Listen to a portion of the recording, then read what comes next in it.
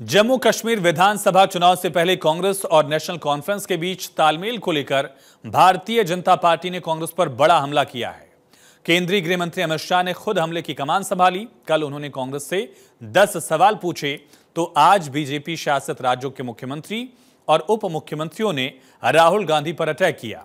CM Yogi Adityanath ने राहुल गांधी से पूछा क्या उनकी पार्टी जम्मू कश्मीर के लिए फिर से अलग झंडे की घोषणा का समर्थन करेगी।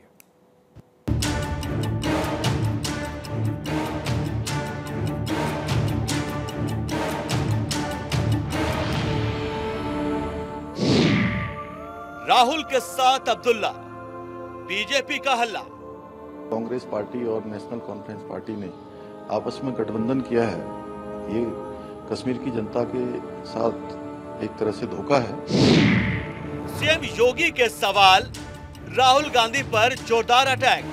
कांग्रेस और नेशनल कॉन्फ्रेंस का यह गठबंधन राष्ट्रीय सुरक्षा को लेकर के अनेक बड़े सवाल खड़ा करता है। क्या 370 युक्त कश्मीर बनाना चाहते हैं राहुल? जो नेशनल कॉन्फ्रेंस कहती है कि 370 फिर से बहाल करेंगे, तो कांग्रेस पार्टी उनके साथ है या भारत के लोगों के साथ है? जम्मू कश्मीर विधानसभा चुनाव 10 साल बाद होने जा रहा है और इस चुनाव को लेकर सभी पार्टियां जुट गई हैं। चुनावी चौसर बिछना शुरू हो गया है। शहर माद के जरिए एक दूसरे पर अटैक किया जा रहा है। जम्मू कश्मीर चुनाव में कांग्रेस और नेशनल कॉन्फ्रेंस के बीच गठबंधन हो गया है। दोनों पार्टी मिलकर विपक्ष का मुकाबला करेंगी। कश्मीर में नया गठबंधन बनने पर बीजेपी ने हमला बोला है। केंद्रीय गृह मंत्री अमित शाह के बाद यूपी के मुख्यमंत्री योगी आदित्यनाथ ने कांग्रेस और नेशनल कॉन्फ्रेंस गठबंधन पर सवाल उठाया है। सीएम योगी ने कहा कि नेशनल कॉन्फ्रेंस के साथ गठबंधन करके कांग्रेस ने अपने देश विरोधी मंसूबे एक बार फिर सबके सामने रख दिए हैं। कांग्रेस ने Abdullah and sons family private limited की नेशनल कॉन्फ्रेंस के साथ गठबंधन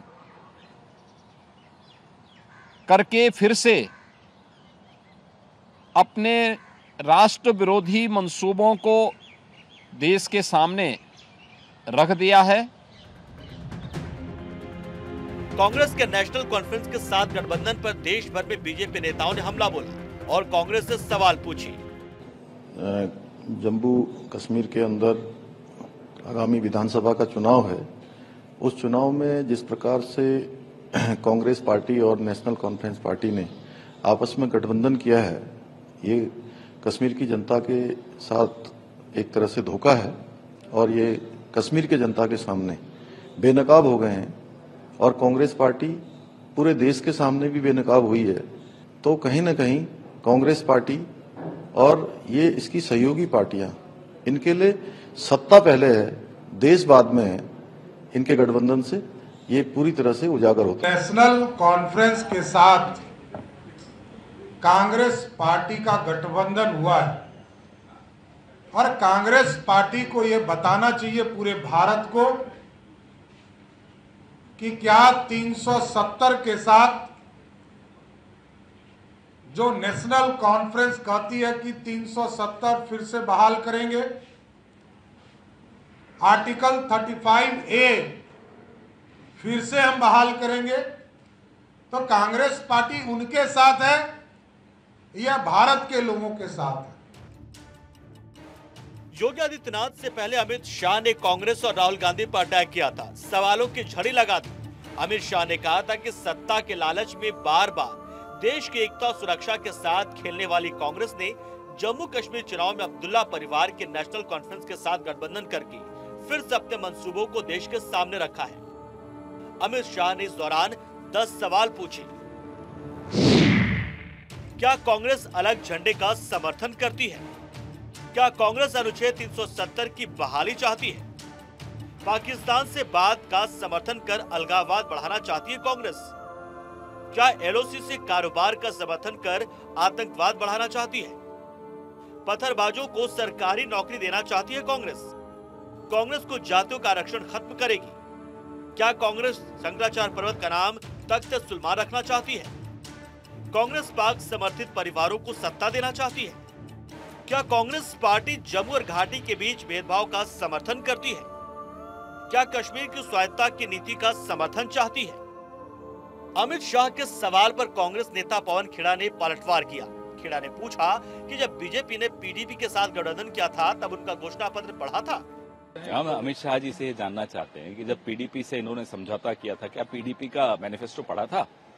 चलिए, पीडीपी का मैनिफेस्टो नहीं पढ़ा होगा जिसमें इंडिया और पाकिस्तान दोनों की करेंसी के बारे में जिक्र था कि दोनों को लागू किया जाएगा, जिसमें सेल्फ रूल के बारे में बड़ा लंबा चौड़ा डॉक्यूमेंट था।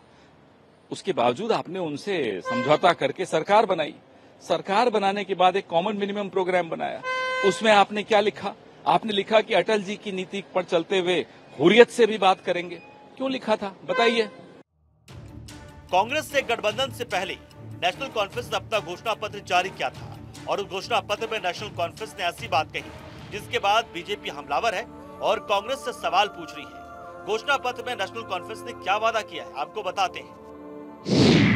एनसी ने जो वादे किए हैं उसके मुताबिक उमर अब्दुल्ला ने पार्टी घोषणा पत्र जारी करते हुए कहा, हमारी सरकार बनी तो हम जम्मू कश्मीर से आर्टिकल 370 और 35 से बहाल करेंगे। भारत पाकिस्तान के बीच बातचीत की शुरुआत करने का प्रयास करेंगे। पब्लिक सेफ्टी एक्ट को निरस्त करेंगे। पॉलिटिकल कैदियों की रिहाई करेंगे। पहले चरण की वोटिंग होने में अभी 1 महीने से कुछ कम वक्त बचा है और इस दौरान आरोप प्रत्यारोप का दौर जारी रहने की पूरी उम्मीद है। Bureau report, Bharat 24।